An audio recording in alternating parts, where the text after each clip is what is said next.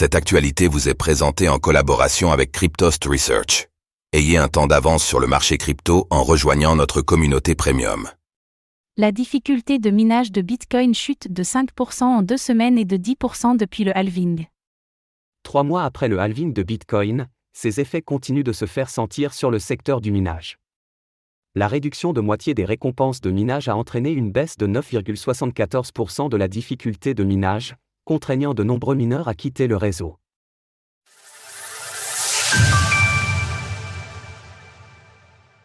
Les conséquences du halving se font encore ressentir sur le minage de Bitcoin 3 mois après. Étant limité à une quantité de 21 millions de BTC, le réseau Bitcoin dispose d'un mécanisme d'émission très strict, réduisant la récompense de minage de moitié tous les 4 ans lors du halving.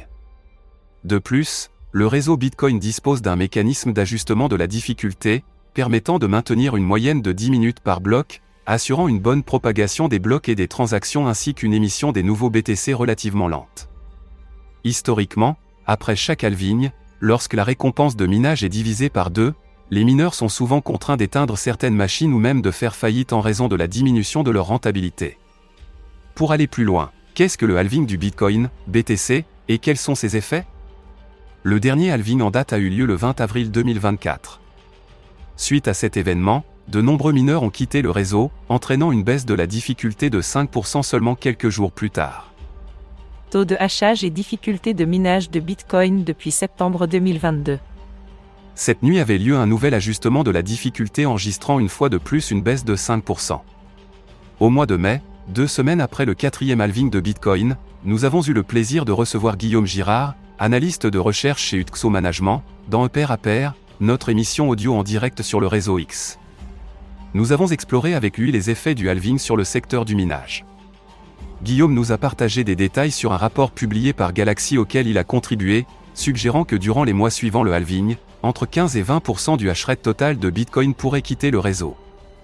La difficulté de minage est passée de 881000000000000 à 795000000000000, soit une perte de 9,74% depuis le dernier halving. Un résultat se rapprochant des estimations du rapport de Galaxy. Quelle est la situation pour les mineurs de Bitcoin aujourd'hui ? Au-delà du halving, plusieurs autres facteurs impactent les revenus des mineurs, comme le cours du BTC lui-même. En effet, plus le prix du Bitcoin est élevé, plus il s'éloigne du coût de production des mineurs, leur permettant d'être plus rentables et de générer plus de profits. La récente baisse du cours du Bitcoin n'arrange pas les choses. Cours du Bitcoin contre le dollar.